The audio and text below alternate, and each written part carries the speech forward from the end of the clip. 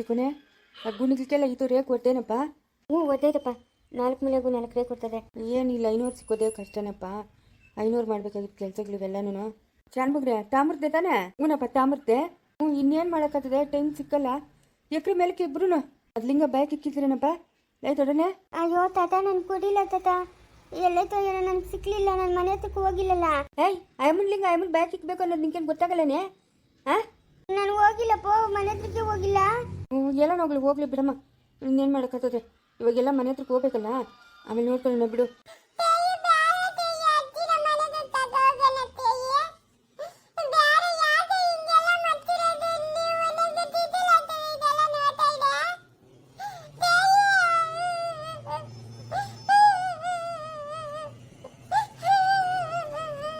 ಅಳ್ಬಾರ್ದು, ಸುಮ್ಮನೆ ರಮ್ಮ, ಅಳ್ಬಾರ್ದು. ನಗ್ನಗ್ತಾ ಕಲ್ಸ್ಕೊಡ್ಬೇಕು.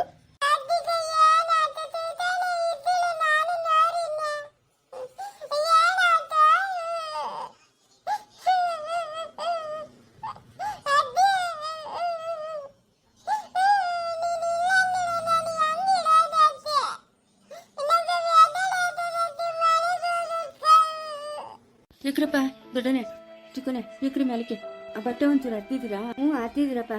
ಇಕ್ರಪ್ಪ ಇಕ್ರಿ ಇನ್ನೇನು ಮಾಡೋಕ್ಕಾಗ್ತದೆ, ಎಲ್ಲ ಭಗವಂತನ ಇಚ್ಛೆ. ಕೊಡ್ರಿ ಸ್ನೇಹ ಕೈಲಿ ಮಗು ಕೈಲಿ ಅವ್ರು ಹಾಕ್ಲಿ ಮುನ್ನ. ಸ್ನೇಹ ಆ ಮಗು ಕೈಲಿ ಹಾಕ್ತಮ್ಮ. ಅಮ್ಮ ನಿಶಾ ಹಾಕಮ್ಮ, ಹಂಗೆಲ್ಲ ಮಾಡಬಾರ್ದು, ಅಳ್ಬಾರ್ದು. ಅಜ್ಜಿ ಬತ್ತೈತೆ ತಿರ್ಗಾ, ಅಳ್ಬಾರ್ದಮ್ಮ. ಹಾಕಮ್ಮ ಮಣ್ಣು.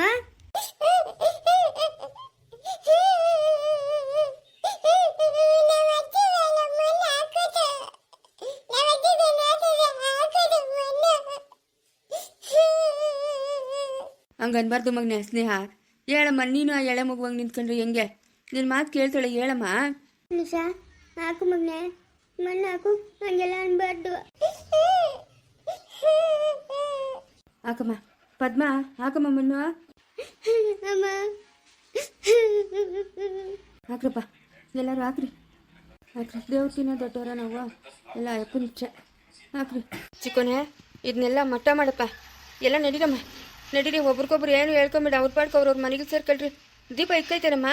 ಹ್ಞೂ ಮವ, ನಾನು ಹೋಗಿ ಮರದ ಮೇಲೆ ದೀಪ ಇಟ್ಬಿಟ್ಟು ಬಂದೆ. ಹ್ಞೂ ಸರಿ, ಅವ್ರ ಮನೆಗೆ ಹೋಗಿ ಆ ದೀಪ ನೋಡ್ಕೊಂಡು ಒಬ್ರಿಗೊಬ್ರು ಯಾರು ಹೇಳ್ಕೊಂಬಿಡ್ರಿ. ನಿಮ್ಮ ಪಾಡಕ್ಕೆ ನೀವು ನಿಮ್ಮ ಮನೆಗೆ ಸೇರ್ಕೊಳ್ರಮ್ಮ. 3 ದಿವಸದ ಹಾಲು ತುಪ್ಪಕ್ಕೆಲ್ಲ ಬಂದ್ಬಿಟ್ರಿ. ನಡೀರಿ ನೀವು ಹೆಂಗ್ಸರೆಲ್ಲ ನಡೀರಿ.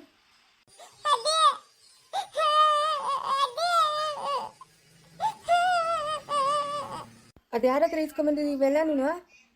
ಇದು ಗುಡ್ಲಿ ಎಲ್ಲನೂ ಗಡಾರಿನ ಗುಡ್ಲಿನ ಅದು ಚೆನ್ನಕೆ ಅಲ್ಲ, ಯಾರು ಇಸ್ಕೊಂಬಂದಿರಿ ಮವ? ಇದೆಲ್ಲ ಒಂದು ಮಟ್ಟಕ್ಕೆ ಹೇಳಿರಪ್ಪ. ಎಷ್ಟೊತ್ತು ಚಿಕ್ಕೋನ? ನಾಳೆ ಹೇಳ್ತಿರ್ ಬಿಡೋಣ. ನಾವೇ ಹೇಳ್ತಿರ್ ಬಿಡಿ ಶಾನ್ಬಗ್ರೆ. ಎಲ್ಲ ಹೋಗೋನೆ. ಹೇಳಿರಪ್ಪ, ಒಂದು ಮಟ್ಟಕ್ಕೆ ಹೇಳಿದ್ ನಡೀರಿ ಹೋಗ. ನಿನ್ನ ಅಣ್ಣ ಸಂಜೆಗೆ ಏನಣ್ಣ ಹೇಳೋದು? ನಂಗೆ ಅದೇ ತಿಗ್ಲಾಗ್ಬಿಟ್ಟೈತಣ್ಣ. ಯಾಕಂತಂದ್ರೆ ಕಣ್ಣಾಗ ನೋಡಿಲ್ಲ, ಕಿವ್ಯಾಗ ಕೇಳಿಲ್ಲ. ನಾವು ಹೇಳೋದನ್ನ ಕೇಳಿಸ್ಕೊಳ್ಳೋದು ಸಂಜೆಗೆ. ಆವಾಗ ಅವ್ರ ಮನಸ್ಥಿತಿ ಹೆಂಗಿರ್ತೈತೋ ಏನೋಣ. ಎತ್ತ ತಾಯಿ ನಮ್ಮ ಮೇಲೆ ಇಲ್ದಿದ್ದ ಅಪವಾದಗಳು ಬರ್ತಾವೋ ಏನೋ ಅಂತ ಭಯ ಆತೈತಣ್ಣ ನಂಗೆ. ಬರ್ತಾವಪ್ಪ, ಬರ್ತಾವೆ, ಬರ್ದಿರಿರ್ತಾವ. ಸುಮ್ಮನೆ ಬಿಡ್ತಾರ ಅವರು ನಮ್ಮನ್ನ? ಹಾಂ ಬರ್ತಾವಪ್ಪ ರಾಮು, ಬರ್ತವೆ. ಎಲ್ಲ ಎದುರಿಸಕ್ಕೆ ಸಿದ್ಧವಾಗಿರ್ಬೇಕು ನಾವು.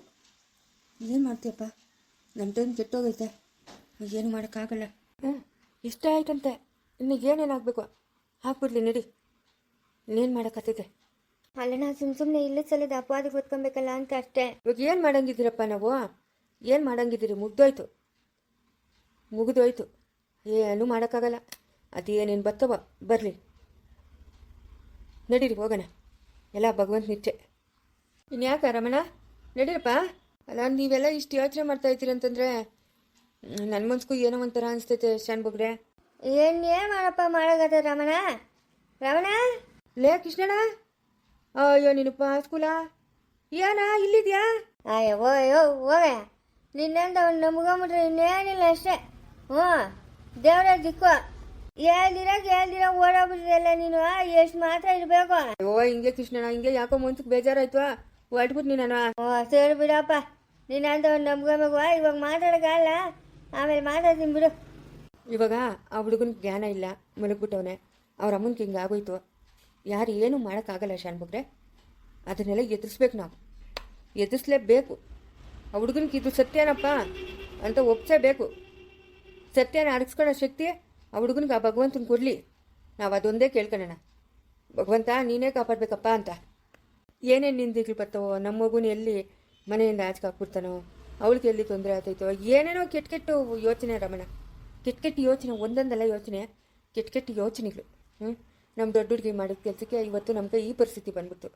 ನಮ್ಮ ದೊಡ್ಡ ಹುಡುಗಿ ಸುಮ್ಮನೆ ಇದ್ಬಿಟ್ಟಿದ್ರೆ ಆ ಅಮ್ಮನ ನಮ್ಮ ಮನೆಗೆ ಬತ್ತಾನೂ ಇರಲಿಲ್ಲ, ಹಿಂಗೆ ಆತನೂ ಇರಲಿಲ್ಲ, ಆ ಹುಡುಗನ ಆಸ್ಪತ್ರೆ ಸೇರ್ತಾನೂ ಇರಲಿಲ್ಲ.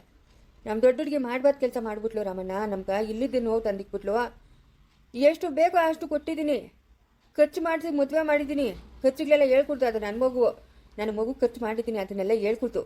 ಇನ್ನೂ ಬೇಕಾದಷ್ಟು ಕೊಟ್ಟಿದ್ದೀನಿ, ಆಯಿತಾ? ಅದ್ರಾಗೆ ಆರಾಮಾಗಿ ಇರ್ತೀರಾ? ಇದೇನು ಜಗಳ ರಗಳೆ? ನಾವು ದೊಡ್ಡವರಂತ ಇದ್ದೀರಿ ಮನೆಗೆ, ಅವ್ರಿಗೆ ಹೇಳೋಣಪ್ಪ, ಮಾಡೋಣಪ್ಪ. ಅವ್ರ ಕಿವಿಗೆ ಹಾಕೋಣ, ಅವ್ರು ಏನು ನಿರ್ಧಾರಗಳು ತಗೊಂತಾರೆ ಅನ್ನೋ ಬಿಟ್ಬಿಟ್ಟು ಇವರೇ ನಿರ್ಧಾರಗಳು ತಗೊಂಡು ಇಲ್ಲಿದ್ದೆಲ್ಲ ತಂದು ನಮ್ಮ ತಲೆ ಮೇಲೆ ಇಕ್ತಾರಲ್ಲ ರಾಮಣ್ಣ. ಏನು ರಾಮಣ್ಣ ಮಾಡೋದು? ಏನು ಮಾಡೋದು ಹೇಳಿ? ಹಾಳಾದ ಮಕ್ಕಳಿಂದ ನಮ್ಗೆ ನೆಮ್ಮದಿ ಇಲ್ಲ. ಸಾಯೋ ಕಾಲದಾಗ ನನಗಿದೆಲ್ಲ ಯಾವುದು ರಾಮಣ್ಣ? ಸಾಯೋಕ್ಕೂ ನೆಮ್ಮದಿ ಇಲ್ದಾಗ ಮಾಡಿಬಿಟ್ರು ಇವರೆಲ್ಲರೂ ಸೇರಿ ನನ್ಗೆ. ಹಿಂಗೆ ಆಗ್ತದೆ ಅಂತ ಯಾರು ಕಣ ಗೊತ್ತಿತ್ತು? ಯಾರಿಗೆ ಗೊತ್ತಿತ್ತು ಹೇಳಿ ಹಿಂಗೆ ಆಗ್ತದೆ ಅಂತ? ಹಿಂಗೆಲ್ಲ ತೊಂದರೆಗಳು ಆಗ್ತವೆ ಅಂತ ಗೊತ್ತಿದ್ದಿದ್ರೆ ನಾನು ಕೊಡ್ತಾನೆ ಇರಲಿಲ್ಲ.